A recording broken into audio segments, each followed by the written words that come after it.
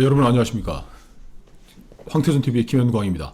여론조사 참 믿을 수도 없고 안 믿을 수도 없고, 그러나 우리가 그 정치를 진단하고 총선을 예측하고 할 때 있어서 같이 하지 않으면 안 될 가장 중요한 사실입니다. 사실. 이게 조금 뭐 왜곡됐을 수도 있고 틀렸을 수도 있고 한데, 그 한국갤럽이 매주 하는 그 국정 지표조사죠. 대통령 국정 수행률, 정당 지지도 결과가 나오는 걸 보고 저한테 뭐 많은 그 전화가 걸려왔습니다. 도대체 믿어야 하느냐 말아야 하느냐. 지금 그 제가 존경하는 조갑재 국장님도 총선은 끝났다. 민주당의 지지율이 그 미래통합당의 2배가 나오는 상황에서 총선 하면 뭐 하겠느냐, 끝났다, 이런 걸 하니까 뭐 그걸 보고서도 또 놀라신 분들이 저한테도 전화를 해오고, 참 저로서도 이 당황스러운 결과가 나왔는데 우리 애청자 여러분도 마찬가지일 겁니다.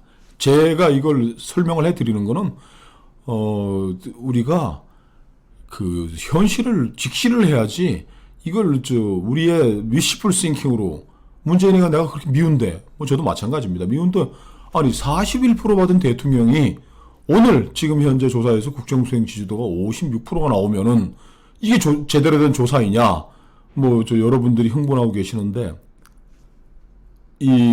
저희는 우리 보수 우파 진영의 제대로 가는 발걸음을 위해서 제가 이걸 설명을 드리겠습니다. 저는 여러분들이와 마찬가지로 여론조사 잘 모릅니다. 그러나 저는 기자생활 20년 하면서 뭐 월간조선 편집할 때는 뭐 매주 그 한국갤럽이나 뭐 다른 여론조사 기관에서 뭐 이런 여론조사를 실시하면서 그 전문가들과 토론도 많이 하고, 그 뭐 대선 총선 예측도 좀 해온 조금 경험이 있습니다. 그리고 청와대 정무비서관 할 때는 그 여론조사 팀을 구성해가지고 뭐 그 1년 예산을 뭐 30억 40억 쓰면서 매주, 그리고 뭐 한 달 한두 번씩은 심층적인 여론조사도, 민심조사, 여론동향조사도 했기 때문에 뭐 조금은 뭐 관심은 보통 사람보다 많았다, 그렇게 생각합니다.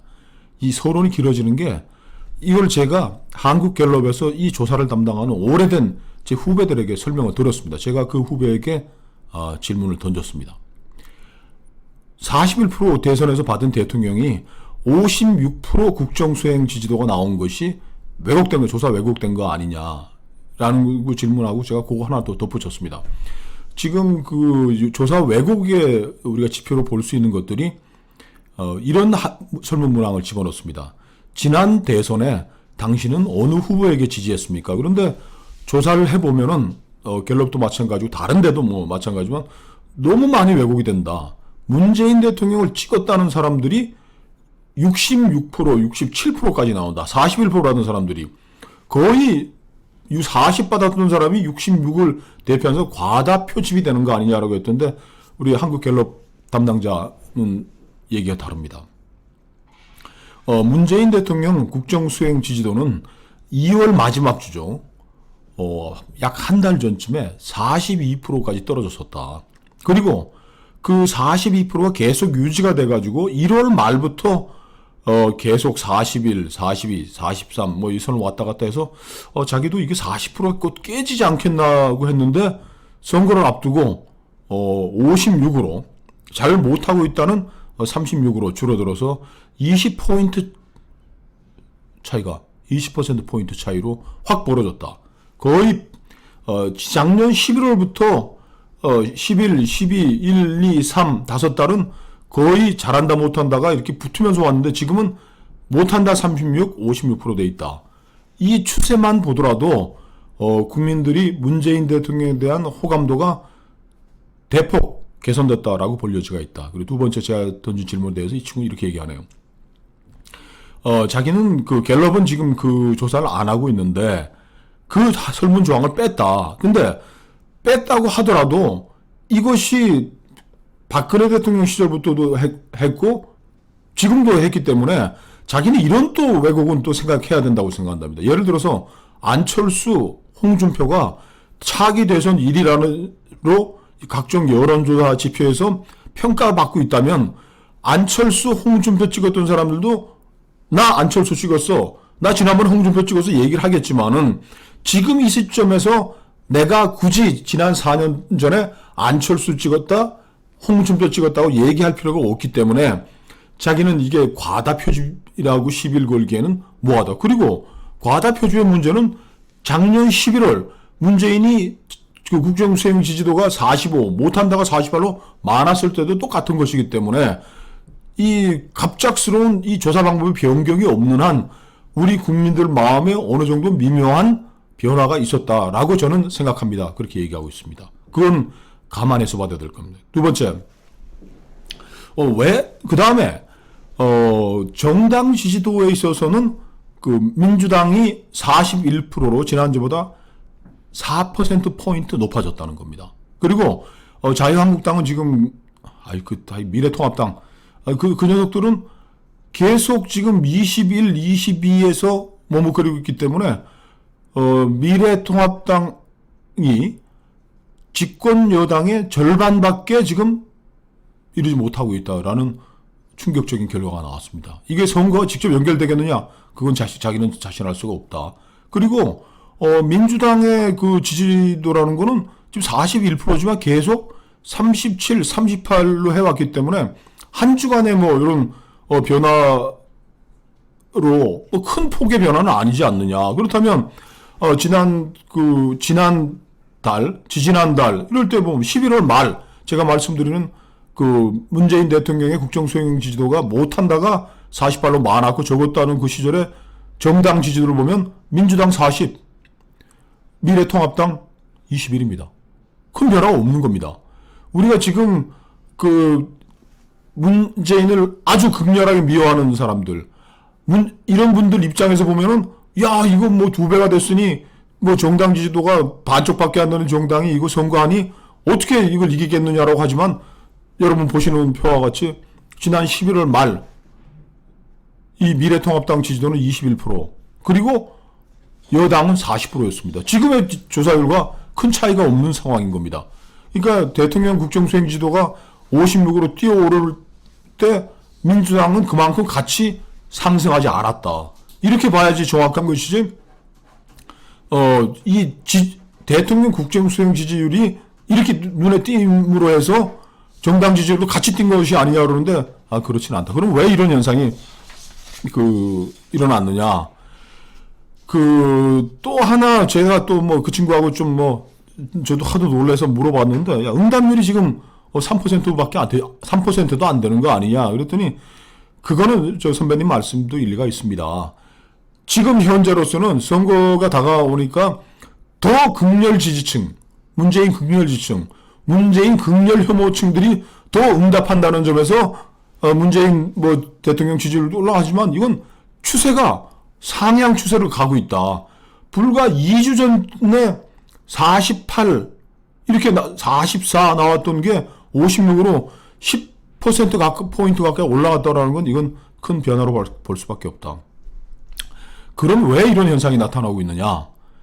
이 친구 설명이니까 우리 애청자님들 설명대로 들으십시오. 한국갤럽 조사 책임자인데 지금 두 가지를 이 친구는 지적하고 있습니다. 미래통합당이 과연 국민들의 관심과 지지를 끌 만큼 잘한 것이 뭐 있었느냐? 그 다음에 야당은 미래통합당은 국정심판, 문재인 정권 지난 3년에 대한 심판으로 선거전을 끌고 가기 위해서 노력을 하고 있지만 지금 선거전에서 국정심판이 화제의 중심에서 벗어나 있다. 이 두 가지를 지적하고 있습니다.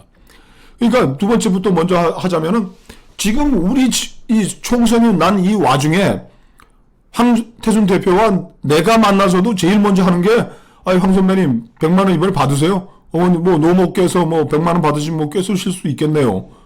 저희 어머니 같은 분은 팔순 노인네 나라 아무 세금도 안 내고 사는 재산세 좀 내시겠네. 세금 내는데 이거 받아도 되냐 말이야. 미안해 죽겠다. 이건 미안하다는 건 고맙다는 얘기죠. 아니 노인네 집에서 아무것도 안 하고 있는데 왜 나한테 돈을 100만 원씩 줘? 이 팔순 노모들이 지금 이런 얘기를 하면은 다른 사람들은 또 어떻게 하면 지금 더더군다나 우리 300만 명에 달하는 우리 소득 취약계층들은 지금 벌써 140만 원씩의 쿠폰이긴 하지만 돈이 지금 곧바로 지급이 되고 있습니다.